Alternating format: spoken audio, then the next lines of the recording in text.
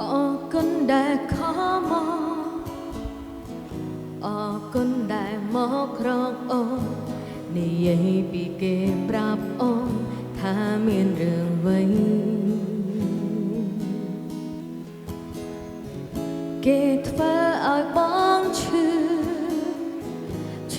ចាប់ស្ទើររៀងរាល់ថ្ងៃឲ្យអូនជួយកិនរឿងថ្លៃត្រូវធ្វើបែបណា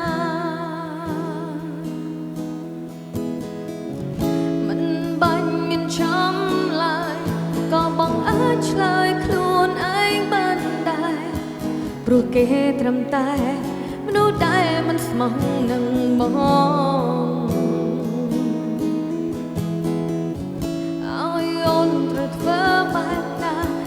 ជីវ៉ាមិនតន់អង្អាឡៃអូនដឹងចិត្តថ្លៃខ្សែភ្នែកចរណៃបងនៅមានគេចាប់ដៃស្ងួនអង្រួនប្រាប់បងមិនទៅរកគេឬបងភ្លេចហើយមែនទេគេធ្វើឲ្យបងឈឺចាប់យ៉ាងណាក្រែងប្រាប់អូនថាគេនោះជាមនុស្សស្រីមិនល្អមិនគួរយកខ្លួននៅក្បែរតែពេលនេះបងកិច្ចកាយទៅរកគេនោះវិញហើយមិនបាច់ប្រាប់ថាណាប់អូនដឹងតែបងនៅស្នេហ៍គេរឿងដែលមានមេប្រាប់អូននោះជារឿងអ្វីទៅអូនមិនយល់ប៉ុណ្ណឹងមិនដឹងខ្លួនឬគេធ្វើឲ្យឈឺយ៉ាងណាត្រូវចាំទុកថាគេលែងត្រូវការរូបបងទៀតហើយ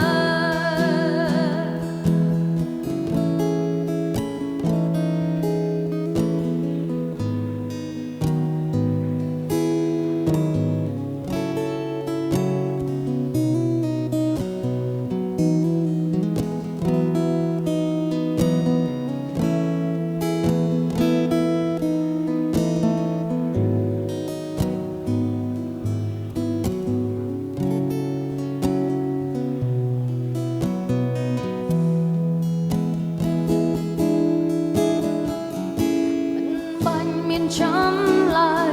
ក៏បងអាចឆ្លើយខ្លួនឯងបានដែរព្រោះគេត្រឹមតែមនុស្សដែលមិនស្មោះនឹងបងឲ្យអូនត្រូវធ្វើបែបណាបើជីវ៉ាមិនតន់អង្អាឡៃអូនដឹងចិត្តថ្លៃខ្សែភ្នែកចរណៃបងនៅមានគេចាប់ដៃអង្រួនប្រាប់បងទៅរកគេឬបងភ្លេចហើយមែនទេ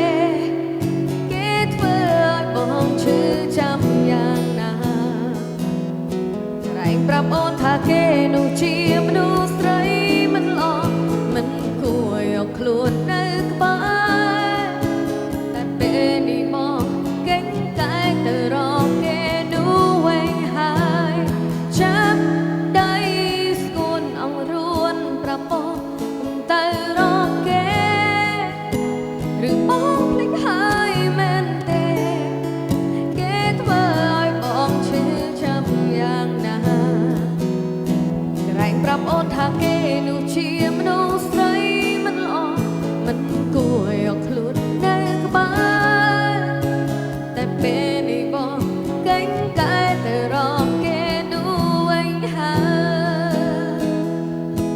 តែពេលនេះបង